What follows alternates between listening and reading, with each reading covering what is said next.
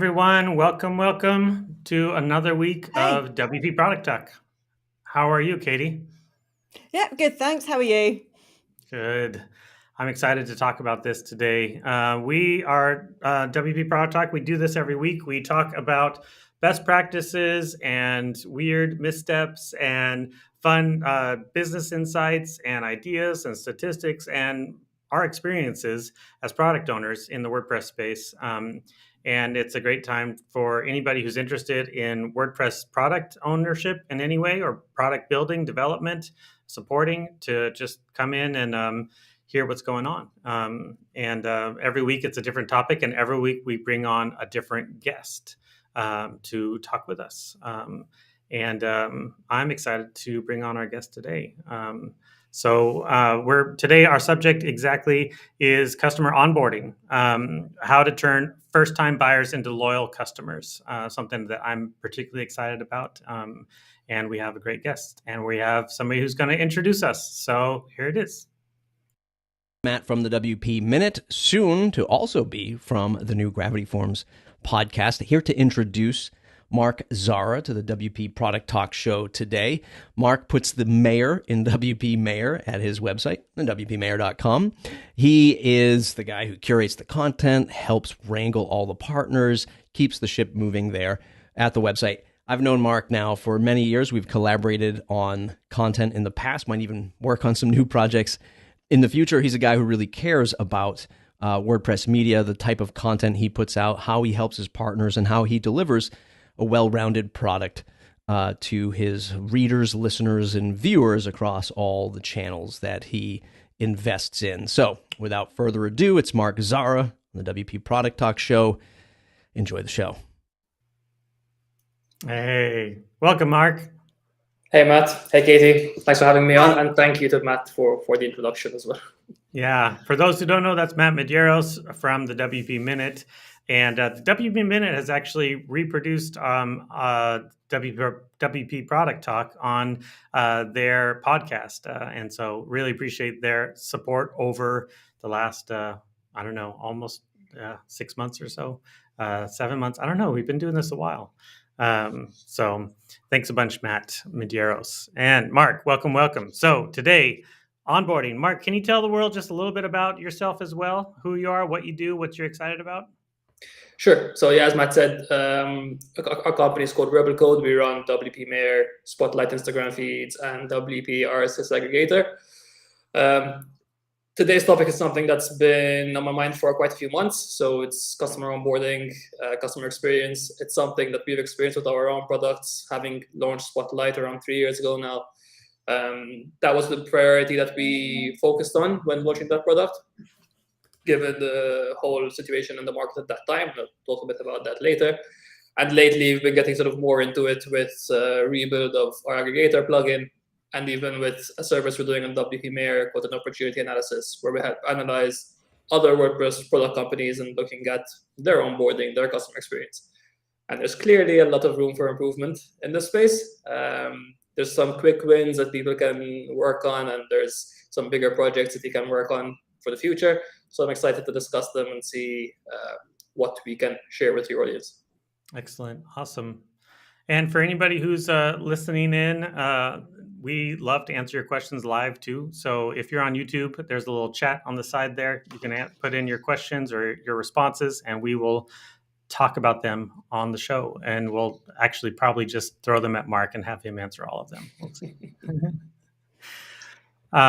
Cool. But for today, we want to talk about customer onboarding. And we always start off with why this subject is so important. And I'd love if Katie, if you might tell us a little bit from your perspective, why this subject is so important.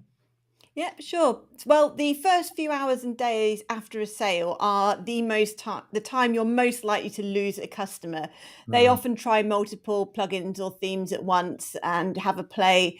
And if they don't get what they need straight away, you're going to lose them. And there's lots of ways to support customers during this crucial time. And you need to get the right balance between being there when they need you and having the information and support available to them without bombarding them and annoying them, which is also going to lose them. So this is worth discussing, how to get the right balance and the best ways to onboard them. Yeah, absolutely. I agree.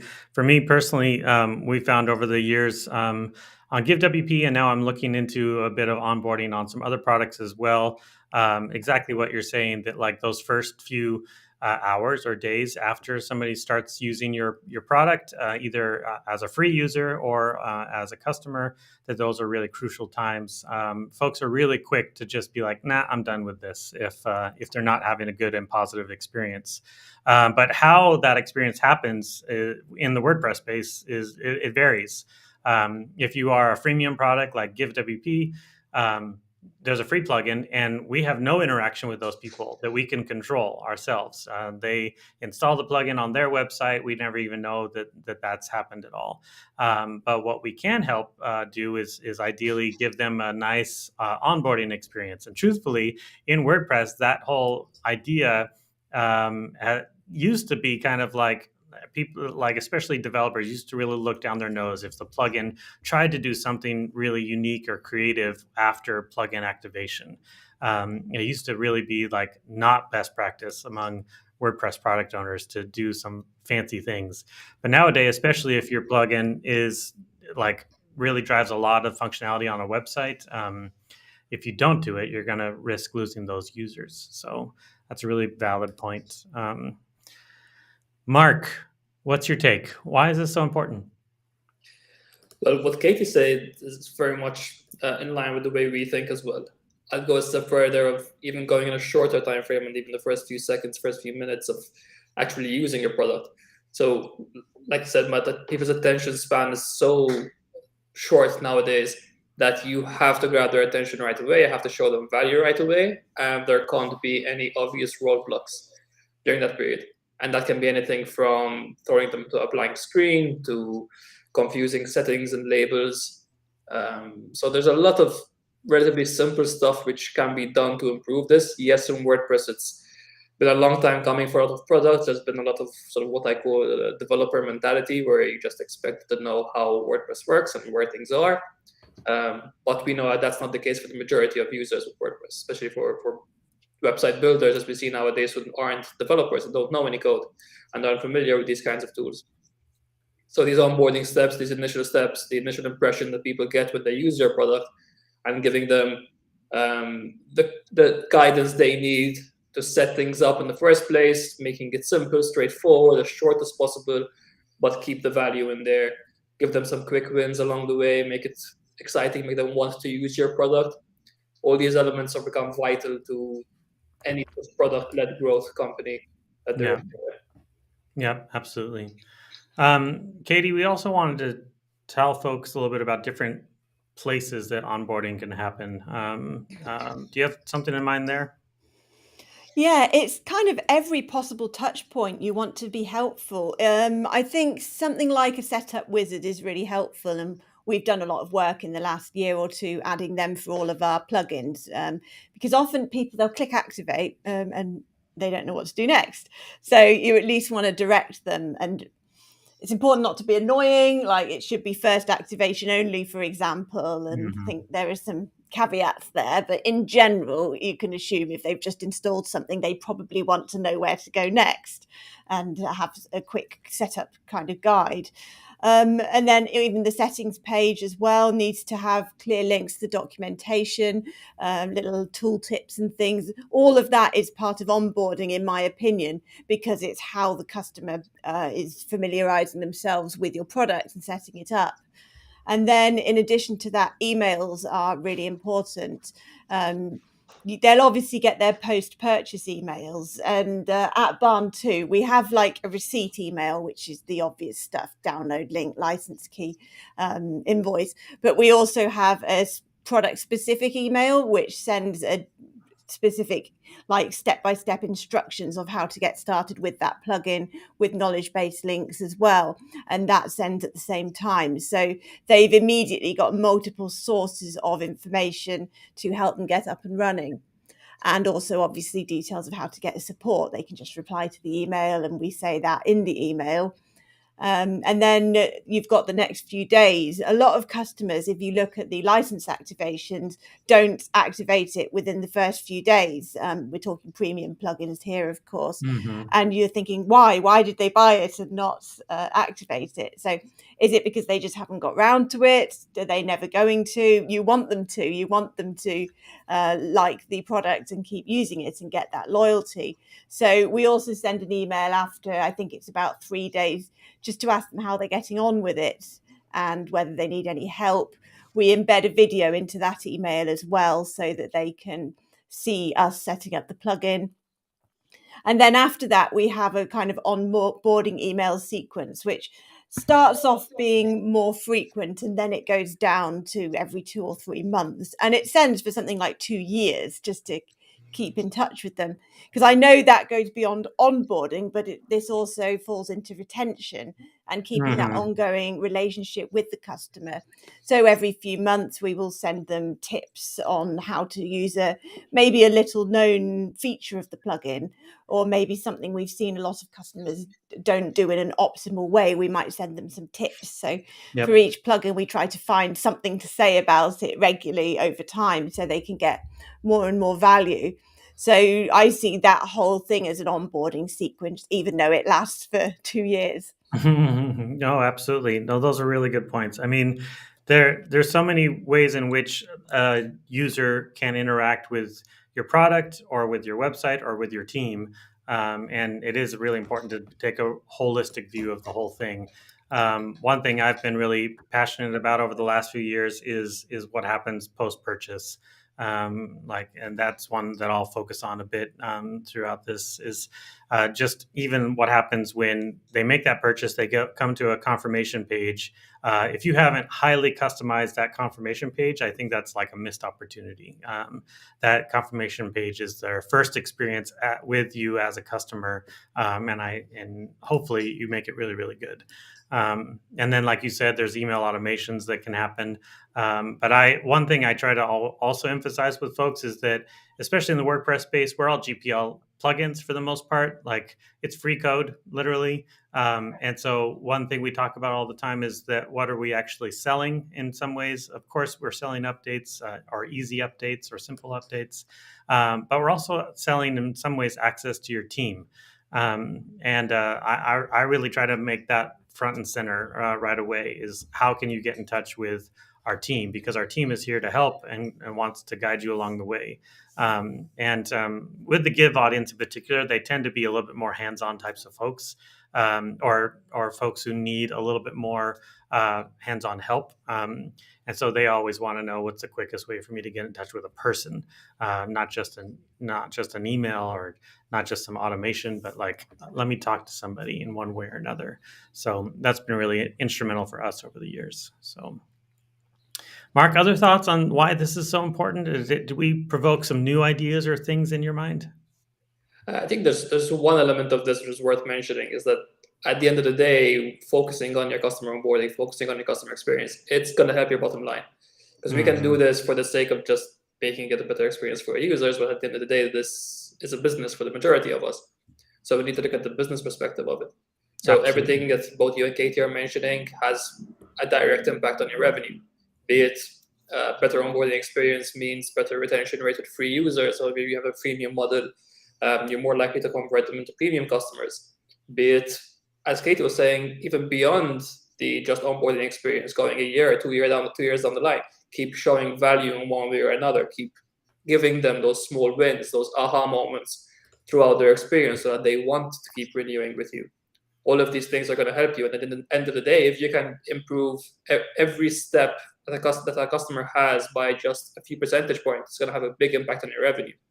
So this is not just in the WordPress space. I mean, if you look at examples out there, even the likes of HubSpot, and they improved their onboarding a number of years ago, you start to see the impact that they have on the revenue. Because if you can have a 5 or 10% increase in retention of free users or conversion of free users to paid, that's going to help your revenue today. It's going to help your revenue in a year's time, 2 years' time, 3 years' time, and they keep adding up. So if you look at your ARR or MRR, depending on how you're selling your plugins, whether it's monthly or annual, you're going to see a long-term impact on your revenue just from this. And that's where the idea of the product-led growth comes from, where offering a good product with good support, good service, it's going to keep customers coming back, and it's going to help you long-term, where even your customer acquisition cost goes down. But you don't have to do as much work to convince someone to keep using your product or to start using your product. They're going to be convinced more easily. They're going to enjoy it and want to keep using it for longer. So automatically, with your costs going down, your revenue going up, your business will just do better with something as, we say, simple, and through there's more work that goes into it, but something as simple as an onboarding process, which most people tend to neglect. Yeah, absolutely. Yeah, Nice. I have an example of that, because for some reason our support tickets went up by something like 36% between January and February this year. Our sales went up like 12% or something, but not what you would expect to justify the support. I think it was things like that we introduced some quite complex new plugins late last year.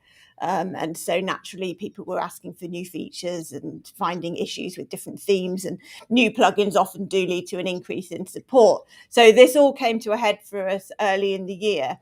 And that obviously meant that the support team got overwhelmed, and there was a backlog, which we don't normally have. So people were getting back to customers much later. The longest was something like 4 days. It wasn't that bad, but that's still not acceptable and not what we would aim. And our refund rate went through the roof. You could really see the difference. It went from something like 10 to 15%. And when we analysed the refunds, a lot of them were that they'd just given up. They reached out for support.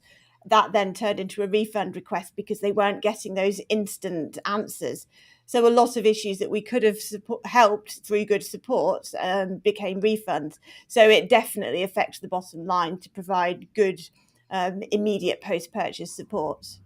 Absolutely. Oh man, I'm certain that anybody listening in right now relates to that story right there. I've heard so many plugin authors over the years struggle with things like that.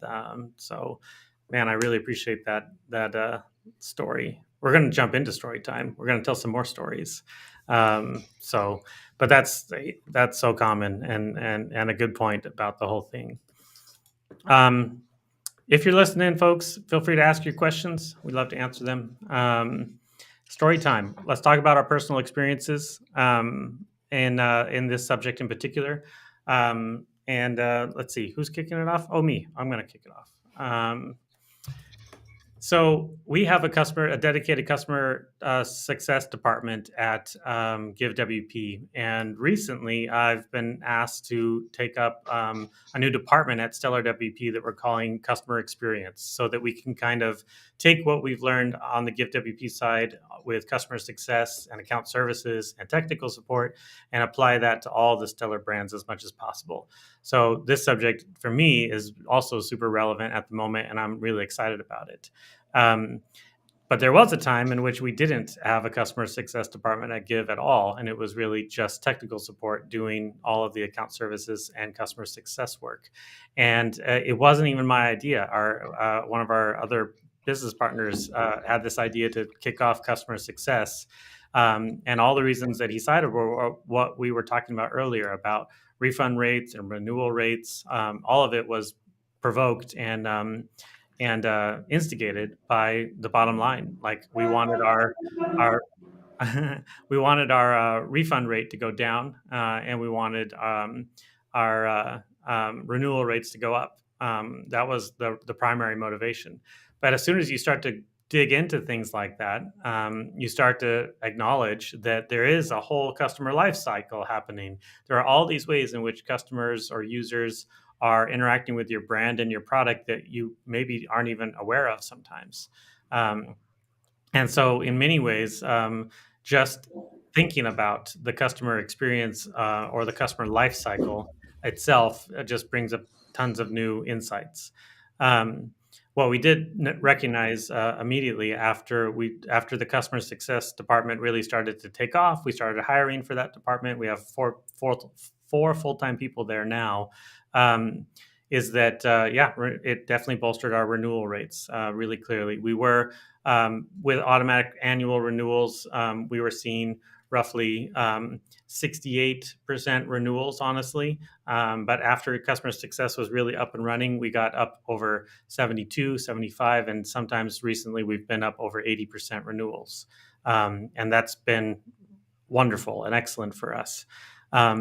What it also led to was we recognized that we were losing some of those renewals to failed payments, failed automated renewals, because people give you their credit card at one time and then a lot can happen in a year.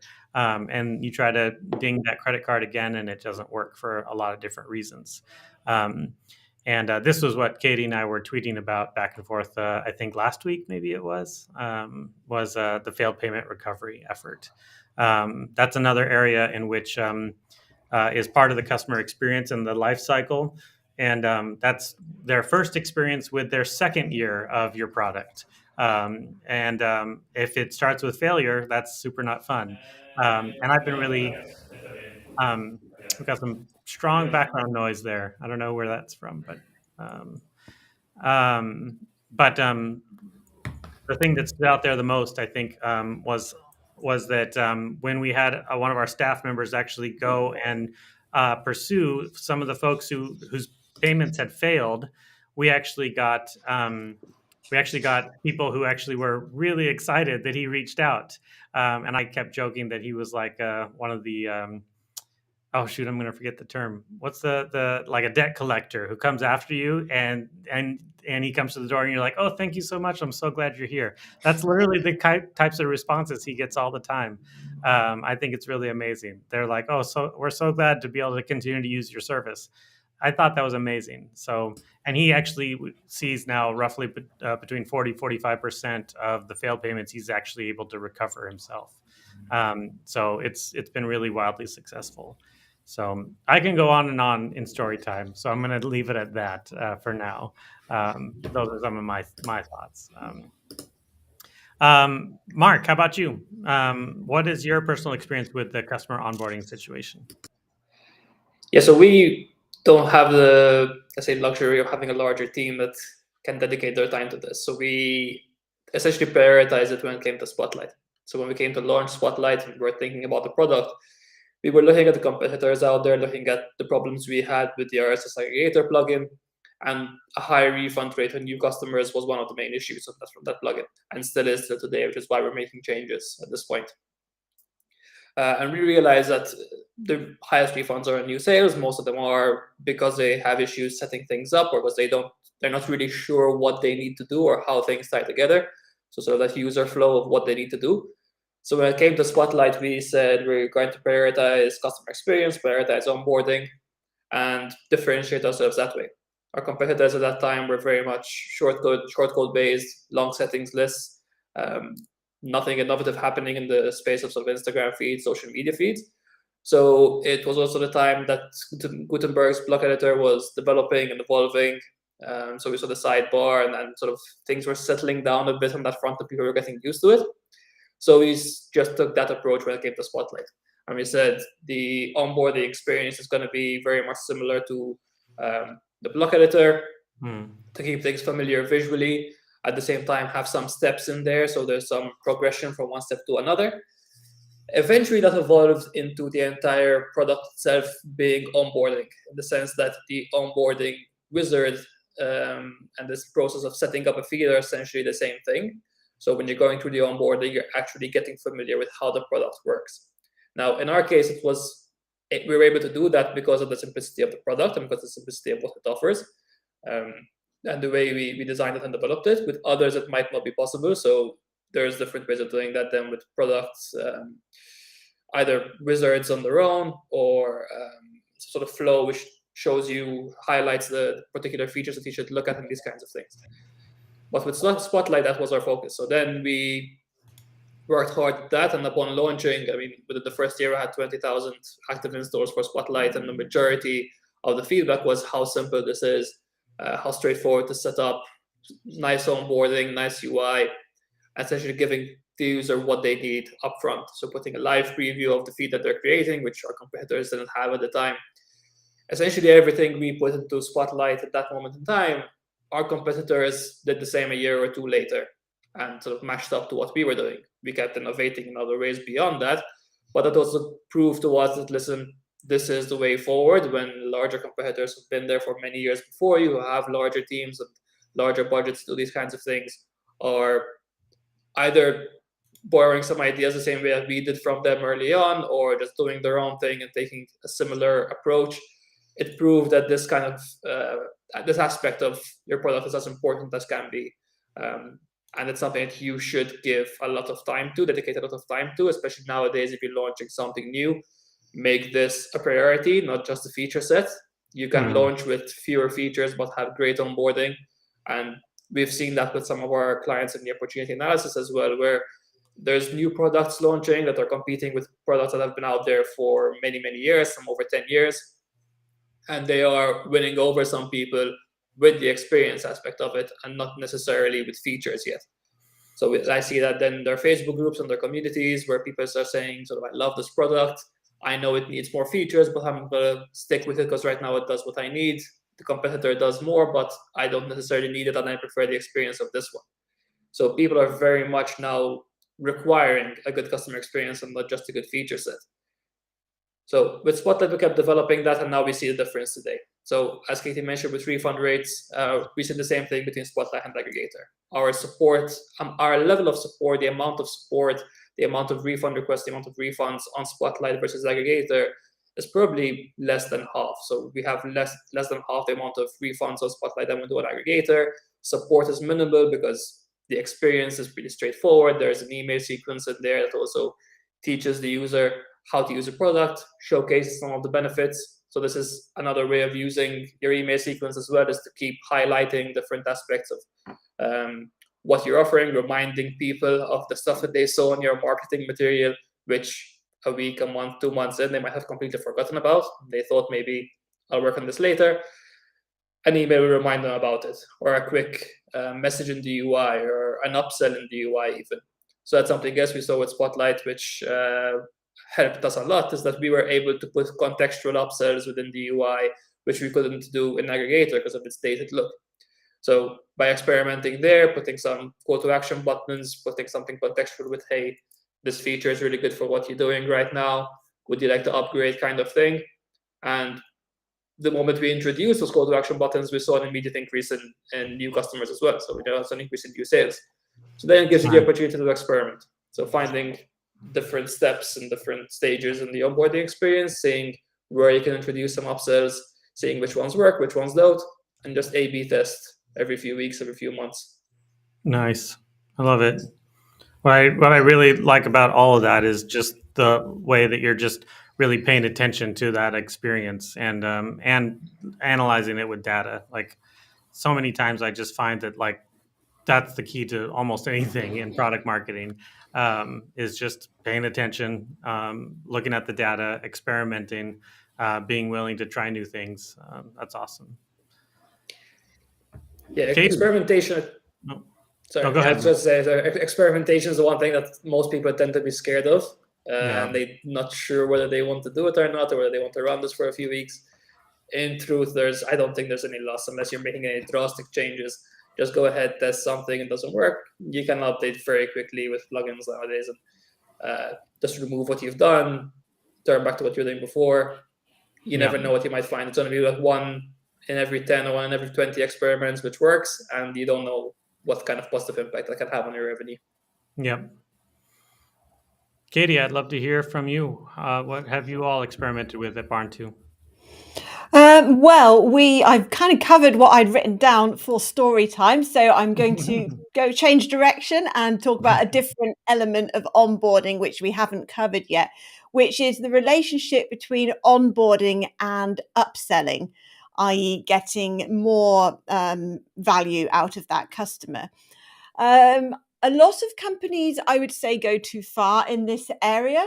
WooCommerce is one. Their originally excellent setup wizard has changed over the years so that it's now very little setup and mostly installing their other plugins, free or paid. And you don't realize that these boxes you're ticking are all installing additional plugins on your site. And so I don't think that's particularly responsible. And a few days ago, I tweeted about the all-in-one SEO packs onboarding wizard, which I'd happened to use a few days ago, where they pre-tick premium plugins, which I think is a bit strange. So I think you can go too far and annoy your customer at the time that you should be trying to get their loyalty. But at the same time, I do think there is a role for upselling where it would be of genuine value to a lot of your users. And at Barn 2, we have a lot of WooCommerce plugins which are quite closely related to each other. So often there is relevant functionality which would probably be beneficial to the customer. So let's say they've installed a plugin that speeds up the beginning of their shopping process, like finding or adding products. They might equally want a plugin that speeds up the cart and checkout, the end of the process. So it kind of makes sense that you might try and upsell something else that would speed up the shopping experience because it's closely related. So in that sort of case, we do have a final page in our setup wizard which allows them to do that. And I was just looking at some data. So in the last year, we've tracked 31 sales through this page of the setup wizard, which is just over $4,000. So that seems to be worth doing, that it is generating significant sales through upselling relevant plugins. But we don't pre-tick the boxes. We let them make a genuine decision. We don't try to trick them into completing the sale or anything. So I think that's hopefully a reasonable balance. And similarly, out of all of the onboarding emails we send them over the 2 years, a small proportion of them will be offering them related plugins. For example, we send one email a few days after they buy, which suggests 2 closely related plugins, and it gives them a 50% discount. Trying to remember which plugin company I stole that from. It might have been Lifter or somebody, but it was somebody else that said it was working very well for them, and we introduced it, and that does generate quite a lot of sales as well, because people in the onboarding period like the idea of a 50% discount that they may not get any other time. And that's also the time when they are actively setting up things on the website by definition, because they've just bought your other plugin. So I think those are hopefully appropriate ways to upsell. And so you're supporting them through some of the onboarding, but you're also trying to increase that value from the customer. That's excellent. Yeah, that's interesting.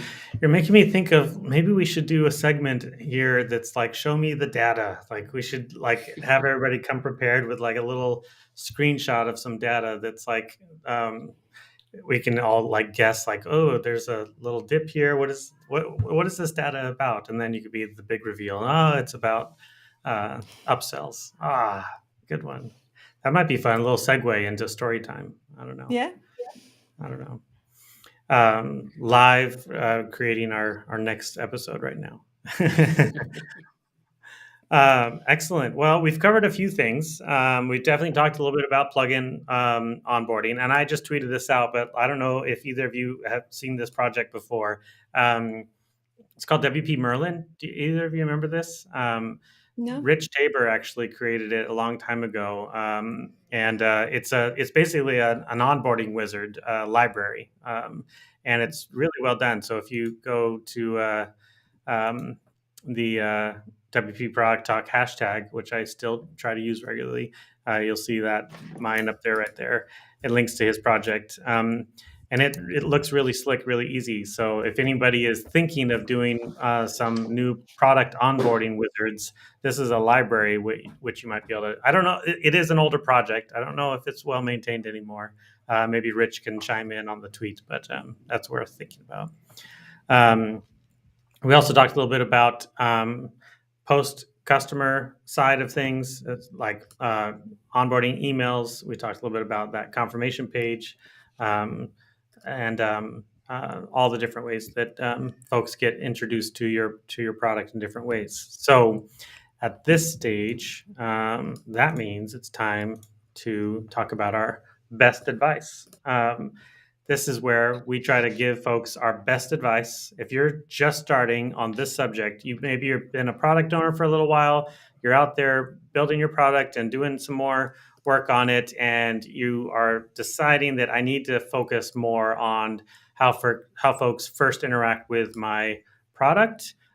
We've got some advice for you. And we always ask folks to come prepared. And Mark brought a literal dictionary of advice. And so we kind of said that we're going to start with Mark, and then we'll go around the circle and come back because Mark's got lots of advice. So Mark, you're first. What's your first number one best thing?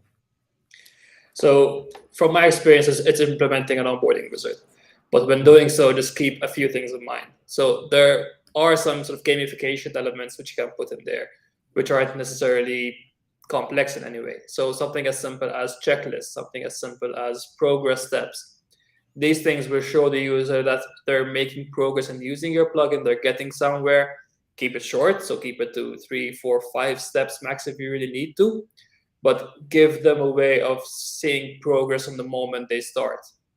Put a preview in there of something that you're going to be showing. So GiveWP does this as well. Spotlight does this for sure as well, where you have a preview of the donation form, preview of the Instagram feed of what your end result is going to be.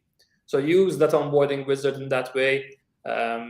You can later put in some upsells as well, similar to what Katie was mentioning earlier. I think something that Born2 does and we try to do as well from our end is to make those upsells educational in a way, where it's not just pushing an upsell for the sake of pushing an upsell, but make it contextual and educational in a way where, as part of step 2 or step 3 of your onboarding, you mention, hey, there's this other feature, other product, which is probably going to be a good fit for you based on your answers in questions 1 and 2. So again, keeping it contextual to what the user has already pre-selected.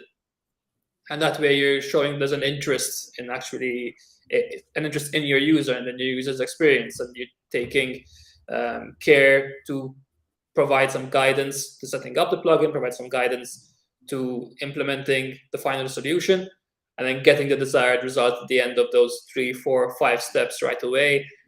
If they want to do more, they can do more later. So the onboarding wizard should not include everything that your product offers, most likely.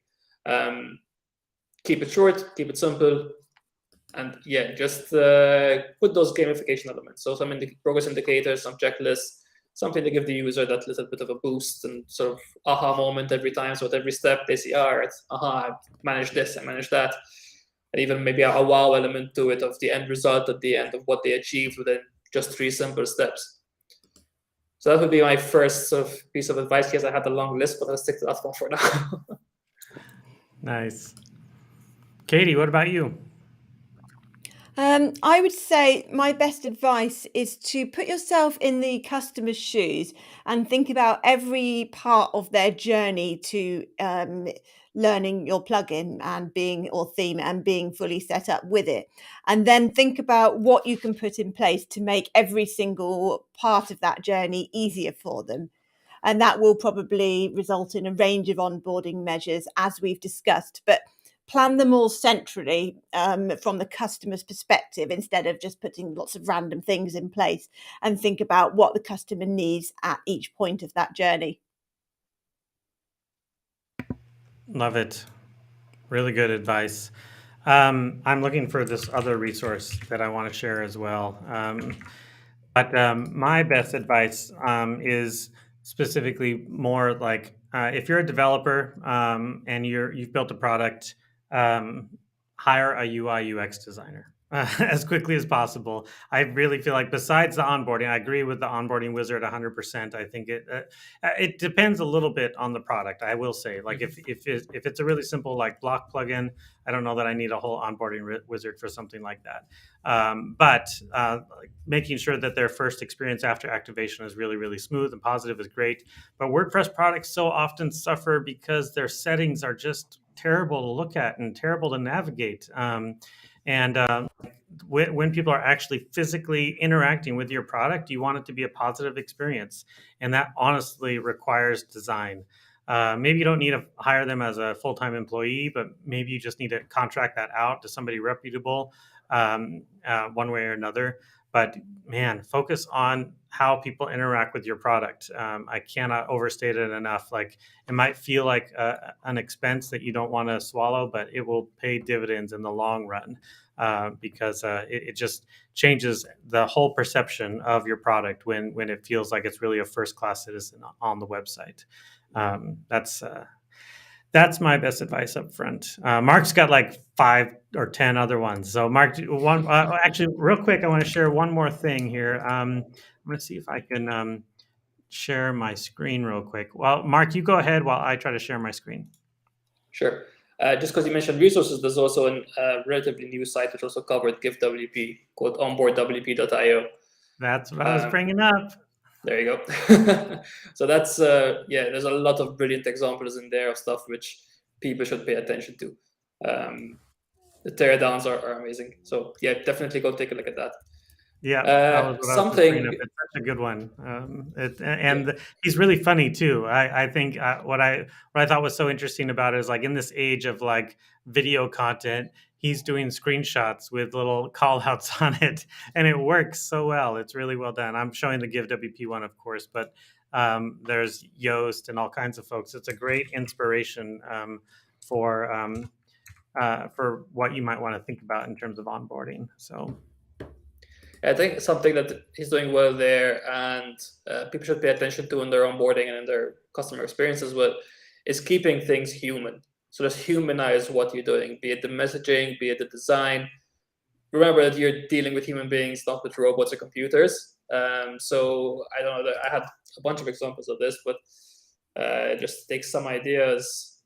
So for instance, you're taking onboarding emails. The amount of times I've bought a product and the onboarding email is coming from a sender as product name support, so Spotlight support. That's not the best sort of first impression that you're giving. Why is support reaching out to me with a welcome email? So something as simple as humanizing it as, this is Mark from Spotlight, this is Katie from Born2, this is Matt from GiveWP. I think there's a human element to it there.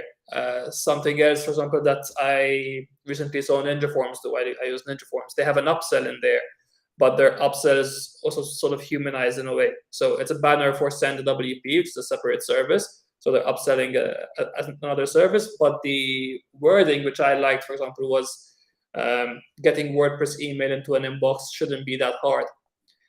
And that could have easily been sort of more typical get the best email service for WordPress kind of message. But by sort of humanizing it and showing this is the pain point that everyone's facing. And we all know email and WordPress and deliverability is always an issue. So they found this pain point, so this is the solution to that pain point, and they focused on the human element of it. So you can do that throughout your UI, throughout your onboarding, throughout your email sequences. Just keep that little bit of a human touch, make sort of this is something, for example, I saw Katie on your site on Born2, when you get to the bottom of a product page, so of a message of, I'm paraphrasing here, but sort of, congrats, you got to the end, now go buy it. Something as simple as that's like a little fun element to it, which people are going to appreciate, and it's going to make them want to click and go further up again and actually look at the product again, rather than just some generic marketing kind of messaging. Interesting. No one has ever mentioned that before, and it's been there years. It works. I looked at your site recently, and that was like at the bottom, and I was like, okay, I wanted to click that button and get back to the top. I wasn't buying it. I was looking for something, just to have an idea of your product page, but it worked. It got me to scroll up again. Interesting. Nice. Cool. Well, we have hit the mark, and I think we've covered pretty much everything. I'd love to hear, Katie, what do we have in store next week? So next week we have Amber Hines coming to talk about how, and importantly why, to make your WordPress products accessible. And we haven't covered accessibility before, and that's obviously a really important topic for any possible product. So that should be a good one.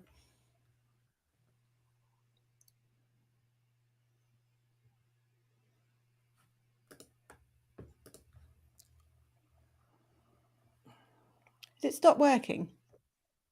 Yeah, I think I froze, maybe. I'm not sure. Okay. Yeah. Check. Yeah, I think it's back now. I'm not sure what happened there. So did you hear me talking about the next guest? I did. I did a little bit. It might be me that's frozen. I'm not sure. Okay, so did that come out okay, Mark? To me, yes. Yeah, so hopefully that means everybody, it was just Matt who already knows who the next guest is. So shoot. Okay.